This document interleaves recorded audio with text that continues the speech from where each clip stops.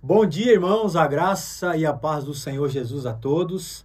Estamos novamente juntos para compartilharmos, como já temos feito em nossos EBDs, esse material, tá?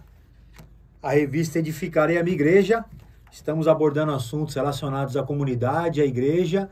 E hoje eu estarei conversando com vocês, compartilhando com vocês a respeito da disciplina na igreja, tá bom? Convido você a pegar a sua Bíblia, orar, feche seus olhos, vamos orar em nome de Jesus, amém? Oremos. Deus, em nome de Jesus, que o Senhor fale profundamente ao nosso coração, que a Tua palavra que traz vida, que a Tua palavra que nos molda, nos transforma, nos leve a nos tornarmos mais parecidos com Cristo, como igreja, como filhos amados do Senhor, em nome de Jesus. Obrigado por essa manhã. Fale conosco, é o que eu te peço, em nome de Jesus. Amém, Deus, amém. Amém, queridos? Então, o tema hoje da nossa revista Edificarei a Minha Igreja é a lição de número 10, disciplina na igreja. E por que disciplina na igreja? Por que deve haver disciplina na igreja? Porque a igreja ela não é um clube, né? A igreja não é um clube onde onde você, onde nós vamos uma vez por semana para passarmos o nosso tempo livre aqui dentro. Não é, a igreja é o corpo de Jesus, a igreja é feita de membros simbolizados, que simbolizamos o corpo de Cristo, que é chamada, esse corpo de Cristo, igreja é chamada a santidade, é chamada a pureza, ela é chamada a se tornar santa, como o nosso Deus, como Jesus é santo, tá? E a igreja como instrumento de Deus, ela é usada na minha vida e na sua vida, para zelar, para disciplinar, para cuidar da minha vida e da sua vida espiritual, tá? E é fato que num ambiente como esse, nós precisamos de autoridade espiritual, nós precisamos de disciplina, para que a igreja não se torne verdadeiramente um clube, tá? Então ela nos trata segundo, lógico, a palavra de Deus, a Bíblia, e não segundo a vontade, a vaidade, o desejo dos homens. Então, a igreja submissa à palavra de Deus, ela tem autoridade para tratar, cuidar, zelar, corrigir, educar e disciplinar a minha vida e a sua vida, em nome de Jesus. E a disciplina tem esse objetivo, tá? Atingirmos como igreja a santidade de Deus. Hebreus capítulo 12, Hebreus 12, verso 14, diz, né? Segui a paz com todos e a santificação, sem a qual ninguém verá o Senhor. Ou seja, sem santidade, sem pureza, sem integridade, né? A igreja não vai ver a Deus. Não vai ter um relacionamento sadio com o Jesus, o cabeça da igreja. Então, nós precisamos de disciplina, para que a disciplina nos proteja de pecados, nos proteja da impureza, nos proteja da carnalidade, e ao nos proteger, nos levar como igreja a uma relação de santidade com Deus, de santidade com Jesus. Alguns aspectos positivos da disciplina. Então, primeiro, tá? Você que está anotando aí, temor a Deus. Temor a Deus. Nós não podemos, irmãos, como igreja, banalizarmos o pecado ou aceitarmos pecados dentro da comunidade, principalmente pecados de ordem pública. Nós não tratamos pecados de ordem motivacional, de ordem de pensamentos. Nós não temos essa capacidade como igreja de tratar motivações, de tratar pensamentos, de tratar intenções, de tratar pecados do coração, que não são expostos publicamente. Quem faz isso é o próprio Deus, é o Espírito Santo, que nos trata interiormente. Mas pecados de ordem pública, pecados que são mostrados, é de responsabilidade de toda a igreja cristã, de toda a igreja evangélica, tratar, como foi na igreja de Atos, porque a igreja precisava temer a Deus. E esse é o primeiro aspecto positivo da disciplina. Lá em Atos capítulo 5, do verso 1 ao 11, fala de um casal, Ananias e Safira, que venderam um campo e reteram parte do valor, ou seja, disseram que venderam por tal valor e que esse valor seria destinado à igreja, né? Como Barnabé fez no versículo anterior, mas não fizeram, reteram, mentiram a Deus, reteram uma parte do valor e aí foram exortados e sofreram disciplina de Deus ao ponto de perderem as suas vidas. Ao ponto de perderem as suas vidas à vista de toda a comunidade. Leia o texto de Atos capítulo 5, do verso 1 ao verso 11. Eu creio que a maioria dos irmãos já conhece essa história. E no versículo 11 diz assim: e sobreveio grande temor quando a igreja percebeu do que aconteceu com esses irmãos, Ananias e Safira, de perderem a sua vida por terem mentido ao Espírito Santo de Deus. Diz o texto: sobreveio grande temor a toda a igreja e a todos quantos ouviram a notícia destes acontecimentos. Acredito que não só a igreja, mas a todos quantos ficaram sabendo deste acontecimento, sobreveio, diz o versículo, sobreveio grande temor. Tá? E a disciplina tem esse objetivo: trazer temor à igreja, trazer aquele medo reverente, aquele respeito, aquela reverência a Deus, que na prática de todo pecado existe consequências, sejam eles de ordem intencionais, de motivações, ou sejam eles de ordem prática, de ordem pública. Todo pecado ele gera consequências, tá? E o aspecto positivo da disciplina na vida desta igreja gerou temor a Deus, tá? Acompanhado, lógico, né, de amor a Deus, porque temer a Deus é amá-lo, respeitá-lo, reverenciá-lo, é uma atitude de amor. Então, o temor e amor são aspectos positivos da disciplina, tá? Que produz na vida da igreja confissão de pecados. Tiago capítulo 5, né? Confessai os vossos pecados uns aos outros e orai uns pelos outros para seres curados. É nesse ambiente de igreja que os pecados são confessados, né? Que a oração uns pelos outros é feita.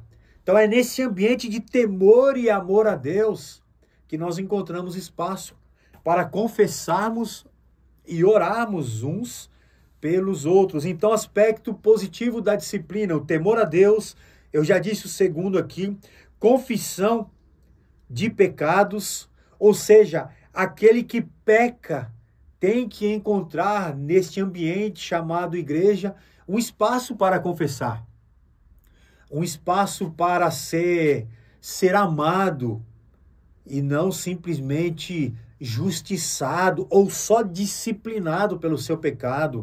Ele precisa encontrar esse espaço aonde ele é acolhido, aonde ele é cuidado, tratado, né?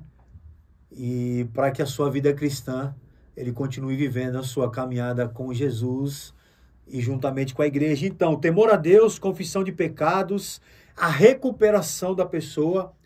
O objetivo da disciplina, o aspecto positivo da disciplina é conquistar o irmão, recuperá-lo, caminhar ao lado do irmão faltoso, visando a sua recuperação e tratar as consequências do pecado. Não só ouvir a confissão, mas andar ao lado para que ao lado dele ele encontre um ombro, encontre um braço, encontre um abraço, encontre alguém que vai ajudá-lo a recolher os cacos que os seus pecados lhe causaram, lhe trouxeram. Então a igreja precisa proporcionar a essas pessoas esse ambiente, né, de temor a Deus, de confissão, de recuperação do irmão faltoso, tá? Um ambiente de alguém que vai ser o seu tutor nessa recuperação, tá? E tutor no quesito não de acompanhar somente, mas tutor do quesito acompanhamento bíblico, acompanhamento espiritual. Esse irmão, é fato que ele vai precisar de um acompanhamento, vai precisar de oração, ele vai precisar, dependendo do tipo de pecado que foi praticado, abrir a palavra de Deus ao lado de um tutor, de alguém mais velho, mais experiente, estudar a respeito deste assunto, deste pecado, à luz da palavra de Deus, o que a Bíblia diz sobre isso, quais são as ferramentas que a Bíblia nos dá para que não caiamos nesse tipo de pecado, tá? Então é fato que o irmão vai precisar de um tutor, de alguém que o acompanhe, mas também de um tutor espiritual. E é fato também que este irmão precisa, ou esta comunidade, precisa de uma liderança madura. 1 Timóteo 3, de 1 a 7, e Tito 1, de 6 a 9, né? Fala das qualidades dos homens de Deus, dos presbíteros de uma igreja, né? Que não sejam homens dominadores, dedicados ao estudo da palavra, à oração, que tratam as coisas com lucidez, com discernimento espiritual e moderação. Porque todos nós, inclusive os líderes espirituais da igreja, são sujeitos a todos esses pecados, a qualquer pecado praticado por qualquer membro da comunidade. Então a igreja precisa ter este ambiente liderado por homens espirituais, homens de Deus, para que esses homens tenham muita sabedoria, muito discernimento espiritual para lidar com o pecado do irmão, os pecados da comunidade, tá? Então esse é o aspecto positivo da disciplina, produz temor a Deus, produz um ambiente de confissão, produz a recuperação do irmão faltoso, tá? Produz um tutor, esse ambiente produz, a igreja produz homens assim que vão andar ao lado daqueles que praticaram o seu pecado, e ao lado destes tutores, né, andarão em direção a Deus, em direção à profundidade do conhecimento da palavra, para que não caia novamente em pecado, né?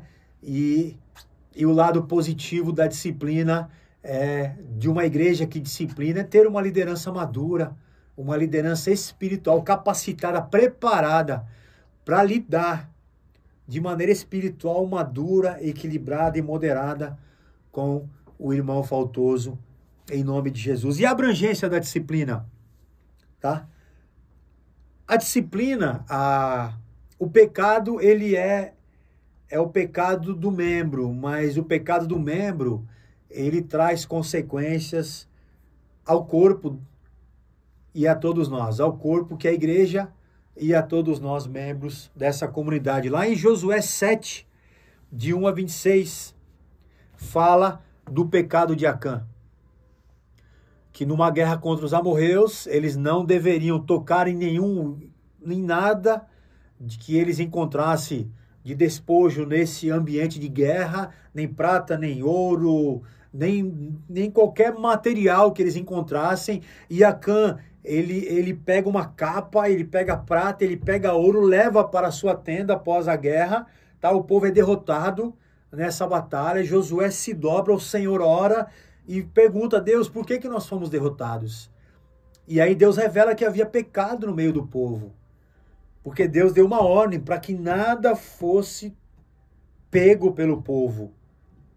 E Acã foi lá, né, e pegou essa capa, pegou prata, pegou ouro, levou para a sua tenda, né? Vou resumir a história, no final das contas, Josué ora e Deus mostra sobre a casa de Acã, que havia pecado no meio dessa família.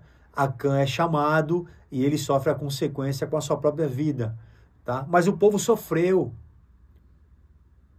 O exército de Israel sofreu, o exército de Josué sofreu por conta do pecado desse homem, né?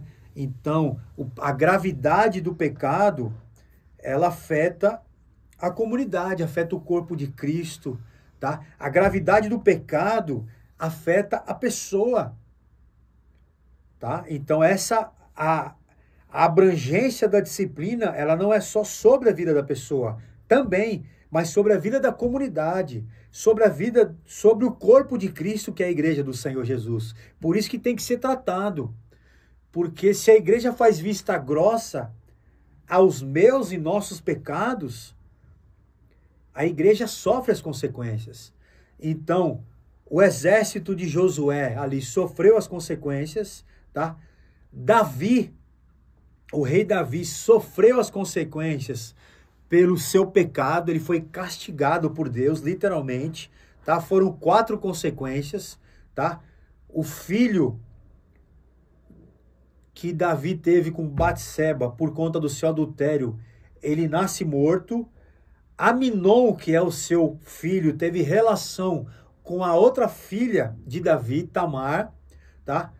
Absalão, que é um outro filho de Davi, se volta contra o seu reino. E Adonias, que é filho de Salomão, é isso? Adonias, que é outro filho de Davi, se rebela contra Salomão e morre, tá? Ou seja, 4 consequências, né? As mais graves que Davi teve por conta do seu pecado. Então, assim, qual é a abrangência do pecado? Não tem limites, irmãos, né? Como disse o Luiz quando foi pastor da juventude aqui na igreja, e ele vai se lembrar dessa frase, né? Os prazeres a curto prazo não compensam os riscos a longo prazo.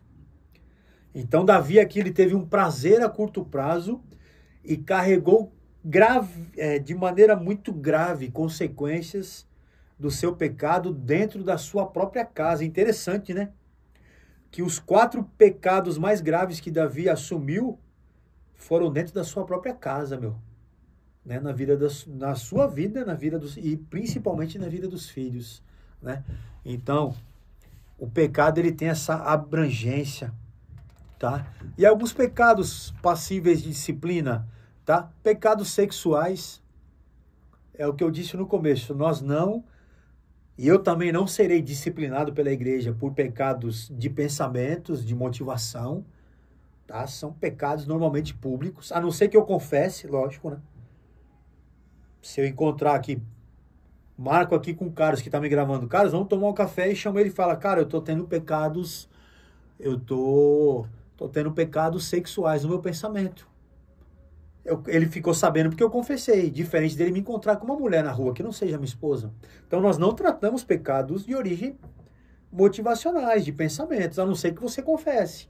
Agora, pecados de ordem pública, então pecados sexuais, vícios, fofoca, difamação, né, o vulgo X9, como diz a molecada, né, atos de violência, tá? Desvio doutrinário, dívidas financeiras, isso chega para a igreja. Até porque as pessoas de fora estão nos enxergando e dizendo, pô, esse irmão tá indo aí, e eles procuram a igreja, falam, poxa, eu não sabia que esse rapaz tem frequentado a igreja de vocês, é que ele tá me devendo. Ele é um picareta, ele é um mentiroso, ele engana todo mundo aí fora, né? Ele vende imóvel, né, Carlos? Ele vende imóvel para 5 pessoas, entendeu? Ele não vendeu só para mim, pegou meu dinheiro, desapareceu, mas tem. Então, assim, esse tipo de pecado chega, e se você não confessar, Deus vai mostrar, e as consequências vão vir sobre a tua vida. Rebelião, insubordinação à liderança, tá? Relacionamentos familiares, são pecados de ordem pública, isso chega na vida da comunidade, tá? E é fato, irmãos, que a Bíblia nunca escondeu os pecados de grandes homens de Deus. Já falei aqui de Acã, já falei aqui de Davi, Jacó, Abraão, né? Foram homens que cometeram pecados. Apóstolo Paulo afirma categoricamente em suas epístolas, os pecadores eu sou o principal, né? Aquele que está em pé, veja para que não caia. Então, assim, a Bíblia nunca escondeu os pecados praticados por homens de Deus que marcaram a história, né? Então é fato que se a Bíblia revelou e revela o pecado desses homens, traz à tona, traz a público, por que não tratarmos e não trazemos à tona aquilo que tem que ser tratado de maneira pública e de maneira bíblica, de maneira que a igreja continue crescendo de maneira sadia e em santidade, tá? E os objetivos da disciplina, tá? Levar o pecador a deixar a conduta errada, tá? Provérbios diz, né? Quem ama, deixa eu me lembrar aqui do texto, eu anotei aqui. Provérbios, eu vou encontrar aqui, eu já digo para vocês, quem ama a disciplina, ama o conhecimento. A pessoa que não quer se deixar passar pela disciplina, ela não quer conhecer mais, não quer crescer mais. Ela não é sábia. A Bíblia diz que o verdadeiro sábio, ele aceita a disciplina, né? Então a disciplina, ela tem esse objetivo de levar o pecador a deixar condutas erradas, de levar eu e você a crescer, a nos amadurecermos, né? A nos tornar pessoas sábias, né? A ouvir. Seja tardio para falar, pronto para ouvir, tardio para se irar, porque a nossa ira não produz a justiça de Deus. Ouvir mais, falar menos, aceitar mais, né? A palavra de Deus, ela é útil para o ensino, correção, repreensão e educação na justiça, a fim de que o homem seja perfeito e perfeitamente habilitado para toda boa obra. Então, que eu tenha esse coração aberto para a disciplina, em nome de Jesus. Então ela tem esse objetivo, levar o pecador a deixar a conduta errada, dar consciência de que o nome de Deus foi imaculado, não perder a vergonha, né? Não se tornar um crente sem vergonha. E hoje isso nos entristece como cristãos, e eu oro para que eu não perca a vergonha quando praticar um pecado e me torne um crente sem vergonha. Que eu não perca o sentimento de culpa, que ao pecar eu possa olhar no espelho e me sentir culpado. Como a parábola do publicano e do fariseu, aquele homem não ousava levantar a sua cabeça, mas diz o texto que ele batia no peito e dizia: Senhor, sê propício a mim, pecador. E o fariseu se gabava dizendo: obrigado, Deus, porque eu não sou igual a esse, não sou igual àquele, dou dízimo, faço isso, faço aquilo. E diz o texto que este não saiu justificado, não saiu perdoado. Então é dar essa consciência a mim e a você, de que quando o nome de Deus ele é envergonhado, né, possamos confessar sim o nosso pecado, porque o nome de Deus deve continuar imaculado, né? Fazer distinção, o objetivo da disciplina, daquilo que é certo e errado, ao ponto de vista de Deus e da palavra. Hoje em dia nós caminhamos com aquele seguinte pensamento: eu acho que não tem nada a ver. Mas, irmão, o que a Bíblia diz a respeito disso? O que Deus diz a respeito disso? Então, assim, é fato eu justificar um pecado meu e dizer que para mim não tem nada a ver. Eu acho que não tem nada a ver, que eu penso assim, que eu entendi assim, que eu interpretei a Bíblia desse jeito. Vamos para o texto, vamos olhar, vamos se aprofundar, vamos entender o que Jesus, o que a Bíblia diz a respeito desse pecado. Tá? Então, fazer distinção, esse é um outro objetivo daquilo que é certo e errado ao ponto de vista de Deus. Levar os demais crentes a desenvolverem o perdão e o amor pelo faltante. Já falei aqui, não é criar uma comunidade de juízes, né? Decretar justiça na vida, de ficar caçando quem é que está pecando aqui dentro, ficar caçando fraude, ficar caçando o BO dos outros. Está amarrado isso em nome de Jesus. Quem somos nós? Deixar o Espírito Santo conduzir e nos usar sim para tratarmos, mas não viver caçando juízo e decretar justiça na vida das pessoas em nome de Jesus, de maneira alguma, tá? Mas desenvolvemos o perdão e o amor por aquele que faltou, pelo faltante, levar a igreja a temer o pecado, aquele que está em pé, deve tomar cuidado, diz o texto, para que não caia, orar com mais frequência, nunca fazer fofoca ou comentários que não edifiquem, tá? Guarda o coração. Eu me recordo desde jovem aqui na igreja, né? Todas as nossas assembleias que tratamos de pecados, né? A palavra sempre foi, o que foi dito aqui morre aqui.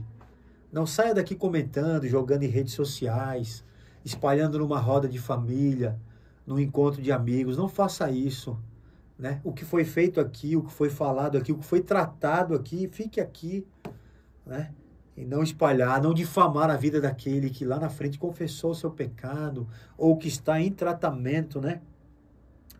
E por último, oferecer ajuda, né? Visando a sua recuperação. Já falamos aqui, eu queria terminar mais uma vez com essa afirmação, oferecer ajuda, visando recuperar a pessoa, né? É fato que em alguns casos, de maneira bem extrema, né? Essa pessoa, ela abandona a fé, ela sai da comunidade, ela abandona Cristo, a Jesus, porque a igreja o tratou de maneira bíblica, cristocêntrica, né? E ela escolheu, como filho pródigo, né? Sair de casa e viver a sua própria vida, a sua própria história, de maneira insubmissa ao Pai dos céus, né? Então isso é fato que isso acontece, né? Há um abandono da fé, um abandono do ambiente de comunhão, corpo de Cristo, mas é muito triste, porque dificilmente essa vida, né? Esse irmão, ele consegue viver uma vida em abundância lá fora. Como disse Davi em Salmo 32, enquanto calei os meus pecados, envelheceram os meus ossos, né? Esse homem se sentiu, o seu vigor, diz o texto lá, que se tornou em sequidão de estio.